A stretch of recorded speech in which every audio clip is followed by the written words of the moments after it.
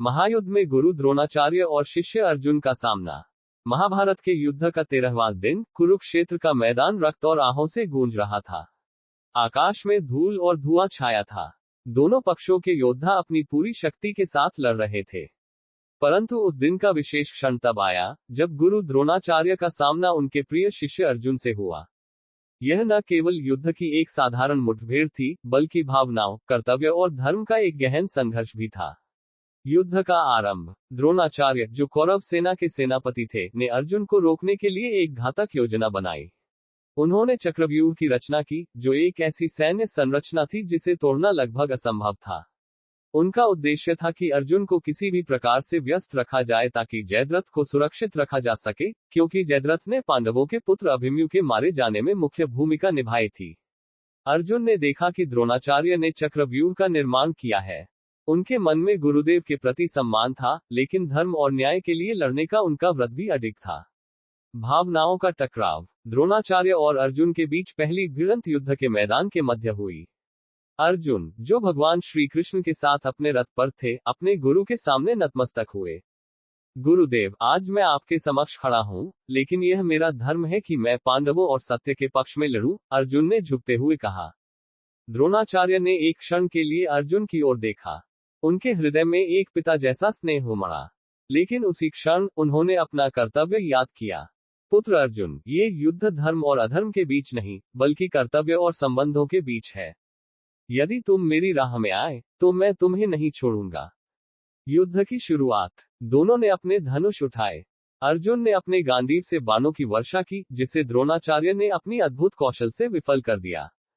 गुरु और शिष्य के बीच ये युद्ध केवल शारीरिक नहीं था, बल्कि मानसिक और भावनात्मक भी था। दोनों ने एक दूसरे के शस्त्रों और युक्तियों का जवाब अपने ज्ञान और अनुभव से दिया। द्रोणाचार्य ने अपने ब्रह्मास्त्र का उपयोग किया, जिसे श्री कृष्ण ने अर्जुन को बचाने के लिए अपनी दिव्य शक्ति से रोक दिया।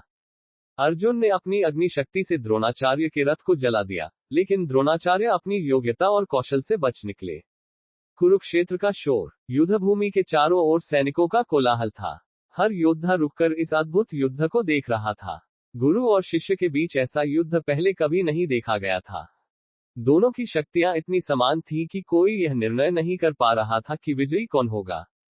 द्रोणाचार्य ने अर्जुन को विचलित करने के लिए एक योजना बनाई। उन्होंने अपने सैनिकों को आदेश दिया कि पांडव सेना पर आक्रमण करें। अर्जुन के लिए ये स्थिति बहुत कठिन हो गई, क्योंकि वह अपने गुरु से लड़ते हुए अपनी सेना की रक्षा नहीं कर पा रहे थे। धर्म और कर्तव्य का संघर्ष। श्री कृष्ण, जो अर्जुन के सारथी थे, ने अर्जुन को समझाया, पार्थ, ये समय भावनाओं में बहने का नहीं है। द्रोणाचार्य तुम्हारे गुरु हो सकते हैं, लेकिन आज वे अधर्म के पक्ष में खड़े हैं।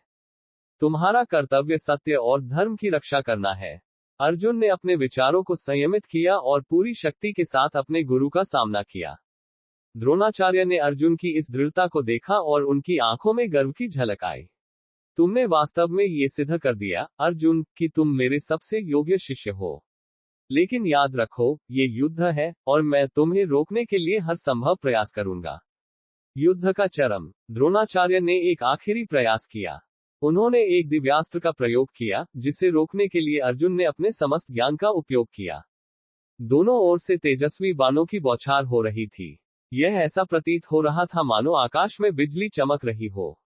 अंततः अर्जुन ने अपने गुरु के रथ को भेदने में सफलता पाई। द्रोणाचार्य ने अपने रथ से कूदकर युद्धभूमि पर खड़े होकर अर्जुन की ओर देखा। उन्होंने अपने शिष्य को प्रणाम किया और कहा, पुत्र, तुमने आज मुझे गर्वित किया। लेकिन याद रखो, युद्ध केवल हथियारों से नहीं, बल्कि सत्य और धर्म से जीता जाता है। युद्ध का अंत। द्रोणाचार्य ने अर्जुन के प्रति सम्मान प्रकट करते हुए पीछे हटने का निर्णय लिया। उन्होंने कौरव सेना को आदेश दिया कि वे अर्जुन से दूर रहें। ये युद्ध उनके बीच सम्मान और कर्तव्य का प्रतीक बन गया। निष्कर्ष। महायुद्ध के इस अध्याय ने ये साबित किया कि कर्तव्य और धर्म के लिए लड़ाई में भावनाओं का कोई स्थान नहीं होता। गुरु द्रोणाचार्य और अर्जुन के बीच ये युद्ध न केवल महाभारत का एक महत्वपूर्ण हिस्सा है, बल्कि यह सिखाता है कि कर्तव्य और सत्य के लिए हर संबंध का त्याग करना आवश्यक है। इस कथा में सस्पेंस, उत्सुकता और गहराई है, जो दर्शकों को बांधे रखती है। ये गुरु और शिष्य के बीच के अद्भुत रिश्ते और धर्मयुद्ध की अनिवार्यता को दर्शाती है।